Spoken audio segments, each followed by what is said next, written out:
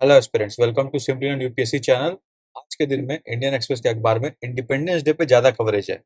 और no doubt ये जो आज मैं फर्स्ट और सेकंड पेज दोनों शेयर करने वाला हूँ, this is the first page and this is the second page. इसमें चीफ जस्टिस ऑफ इंडिया का कुछ स्पीचेस का पॉइंट है और कुछ पॉइंट जो है प्रेसिडेंट के स्पीच से लिया गया है। ये दोनों पढ़ना बहुत इंपॉर्टेंट है, इसीलिए क्योंकि हम लोग के सिलेबस में एक टॉपिक है एसे। अब एसे में क्या है, हम लोग को कुछ भी टॉपिक आ सकता है, डेमोक्रेसी, सिटीजनशिप, आइडेंटिटी, जजेस कैसे फंक्शन करते हैं, कुछ भी। At the same time Indian polity के अंदर भी ये सब टर्म्स के ऊपर क्वेश्चन बन सकते हैं। Fundamental rights, duties, harmony brotherhood क्या होता है, डीपीएसपी क्या होता है, फंडामेंटल ड्यूटीज क्या होते हैं, जजेस कैसे बेटर कॉन्फिडेंस से काम कर सकते हैं, ये सारे क्वेश्चन का आंसर ये दो आर्टिकल पढ़ने से आ जाएगा। एक जो चीफ जस्टिस ऑफ इंडिया ने कुछ कमेंट्स किया है, ऐसे जो ब्लैक में लिखे गए यहाँ पे और यहाँ पे, ये आपको डेफिनेटली रीड करना है। तो प्रेसिडेंट के स्पीच में से जो जो पार्ट मैंने हाईलाइट किया है, जैसे आप देख सकते हो यहाँ पे, ये सब हाईलाइटेड पार्ट है।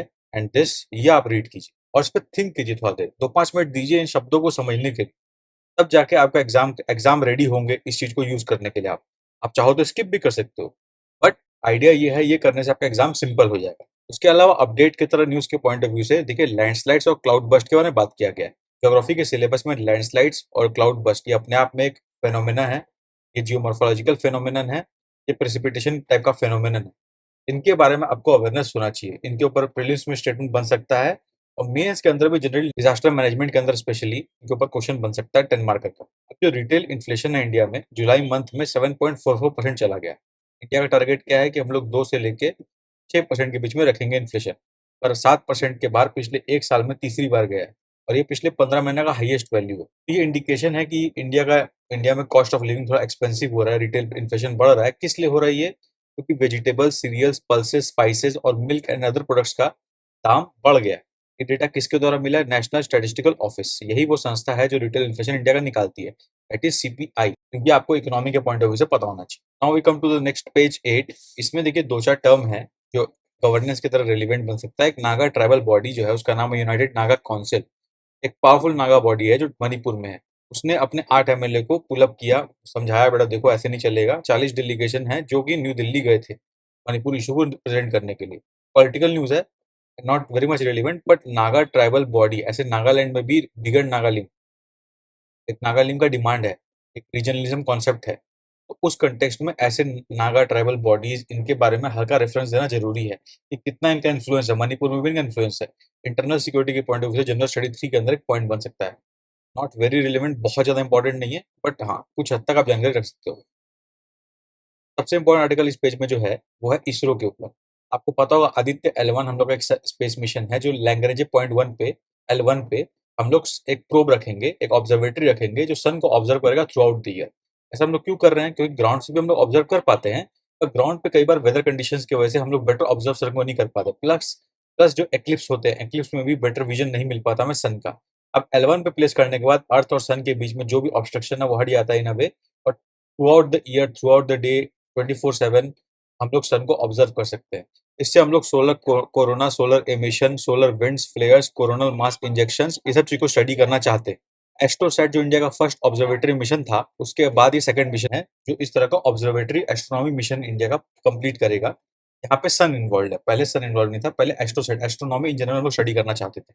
यहाँ पे आदित्य L1 के अंदर क्या क्या डिवाइसेज है, कौन कौन सी संस्थाएं इन्वॉल्व है, उनका सारा जानकारी दिया है। तो एडिशनली आप रीड कर सकते हो, बट मैं सजेस्ट करूंगा जितना मैंने बोला उतना भी सफिशिएंट है। अगर आप लोग को चाहिए तो मैं ये वाला पेज भी टेलीग्राम ग्रुप में शेयर कर देता हूँ। तो देखिए एक्सप्लेन पेज है। इस पेज में वैसे पहला एक इंपॉर्टेंट आर्टिकल, थोड़ा सा एग्जाम में डायरेक्टली पूछने के चांसेस कम है, बट फिर भी एक इंसिडेंस ये हुआ कि अभी गवर्नमेंट ने, नेशनल मेडिकल कमीशन ने नोटिफाई किया कि हमें जेनरिक ड्रग्स प्रिस्क्राइब करने हैं rather than branded drugs doctors को। डॉक्टर्स प्रोटेस्ट करने लगे, बोले भाई ये कैसे चलेगा, क्योंकि उनका वेस्टेड इंटरेस्ट भी है, प्लस डॉक्टर लोग कंपोजिशन का श्योर नहीं हो सकते ना कि जेनरिक ड्रग में किस टाइप कंपोजिशन है। They are well practice with the other branded drugs, है डॉक्टर का आर्ग्यूमेंट है। तो आपको एग्जाम पढ़ने में दो चीज समझना है कि जेनरिक ड्रग क्यों सिग्निफिकेंस है। फर्स्ट, ऑब्वियसली कॉस्ट कम पड़ता है, इससे सिग्निफिकेंट है। और सेकंड, ये समझना है कि इससे अगर हम जो जेनरिक ड्रग प्रिस्क्राइब करते हैं, इसका क्या लिमिटेशन होगा, क्या चैलेंजेस आएंगे और इससे क्या बेनिफिट होगा। ये दोनों एस्पेक्ट आपको दो दो तीन तीन पॉइंट में सोच लेना है ये आर्टिकल पढ़ के। फिर सेकंड ये है, इस आर्टिकल में पीएम का स्पीच गिवन है। पीएम ने इंडिपेंडेंस डे पे जो 2014 से स्पीच दिया, 9 स्पीच, उनका की पॉइंट, की एस्पेक्ट कवर्ड है। आपको क्या करना है, इस स्पीच को समझते हुए आपको नोट करना है कि किस तरह पीएम ने की पॉइंट रेज़ किए। जैसे कि यहाँ पे देखिए फर्स्ट में उन्होंने सबका साथ सबका विकास वाला एजेंडा छेड़ा था। तो यहाँ पे उन्होंने करप्शन पे फ़ोकस किया, फिर टेररिज़्म पे फ़ोकस किया, भारत जोड़ो पे फ़ोकस किया। ऐसे कई सारे उन्होंने ऑब्जेक्टिव्स बिगर ऑब्जेक्टिव्स रेज़ किए अपने स्पीचेस के दौरान। तो ये सारे पॉइंट्स आप अपने एसे में डेफ़िनिटली लिख सकते हो, पहली बात। और सेकंड बात, ये आपको इंडिया का ओवरऑल जर्नी भी दिखाता है। कभी ऐसा क्वेश्चन बना नहीं आज तक यूपीएससी में, शायद बन भी सकता है कि how has India transformed in the past 10 years? जो कि बहुत अच्छा क्वेश्चन होगा इंडिया की ग्रोथ के हिसाब से। इंडियन पॉलिटी में पूछा जा सकता है, इंडियन इकोनॉमी में पूछा जा सकता है, बट नॉट अ मैटर। अगर नहीं पूछता तो ये जानकारी आप रख सकते हो, ऐसे के लिए डेफिनेटली काम आ सकता है। एथिक्स में भी इसको कोट कर सकते हो आप। तो ये वाला पेज भी आज के टेलीग्राम ग्रुप में शेयर होगा। आज 4 पेज शेयर करेंगे हम लोग। फिर तमिलनाडु वर्सेस सेंटर जो इश्यू चल रहा है नीट एग्जामिनेशन के ऊपर कि मेडिकल कॉलेज में एडमिशन कैसे होगा, इसमें लार्जर इक्विटी और फेडरलिज्म का इशू उठा है। चाहो तो पढ़ सकते हो, पर इशू काफी बार डिस्कस हो चुका है। अगर आपने पहले पढ़ लिया तो स्किप भी कर सकते हो, बट ये वाला पार्ट इस पेज में शेयर होगा, तो आप लोग रीड कर लीजिएगा इफ यू आर इंटरेस्टेड। तो देखिए इकोनॉमिक पेज में एक ट्रेंड्स का जानकारी दिया है कि इंडिया का जो मर्चेंडाइज एक्सपोर्ट है वो 9 मंथ लो पे चल रहा है, काफी घट गया। उसके बाद भी इंडिया का ट्रेड डेफिसिट घटा है। तो ये दोनों एक अचंभा वाला ट्रेंड है, बट ये ट्रेंड आप ध्यान रख सकते हो। इंडिया का मर्चेंडाइज एक्सपोर्ट क्या होता है, ट्रेड डेफिसिट क्या होता है, बेसिक टर्म्स इंडिया का किस कंट्री से मैक्सिमम ट्रेड डेफिसिट है, ट्रेड बैलेंस क्या होता है, बैलेंस ऑफ पेमेंट क्या होता है, सब की टर्म्स इकोनॉमी के अंदर जो प्रीलिम्स में कभी पूछे जा सकते हैं। इनफैक्ट एक बार तो मेंस में क्वेश्चन आ गया था इन्फ्लेशन के ऊपर डायरेक्टली। अब आयुष्मान भारत जो स्कीम है, प्रधानमंत्री जन आरोग्य योजना, उसके अंदर कुछ प्राइवेट प्लेयर्स ने बिड किया, उन्होंने पीएसयू के बिड को ओवरकम कर लिया और they will be taking care of insurance in the Gujarat and Meghalaya state under the PM Jan Arogya Yojana scheme. ये आपको ध्यान रख सकते हो। वैसे नॉट वेरी रिलेवेंट एग्जाम में directly as a further point ये काम आ सकता है। कभी आप मेंस में आंसर लिख रहे हो कि आयुष्मान भारत स्कीम का रीच आउट कैसे हो रहा है, उसमें पीएसयू कैसे पीछे रह जा रही है, या प्राइवेट प्लेयर्स कैसे आगे रह जा रहे हैं, किसी भी पॉइंट ऑफ व्यू से ये वाले पॉइंट को आप कोट कर सकते हो। अब देखिए एक एयरलाइंस में भयंकर डेटा, मैंने आश्चर्यजनक वाला डेटा है कि इंडिगो एयरलाइंस जो है उसने 76.75 लाख पैसेंजर्स ले गए जुलाई में, जो कि मार्केट का 63.4% है। कितना मोनोपोलिस्टिक बात आप समझिए। अच्छा इट्स गुड कि इंडिगो बहुत अच्छा ग्रो कर रहा है, वेरी गुड, उन्होंने सर्विस दिया है, काफ़ी लोग ट्रस्ट भी करते हैं उस पे।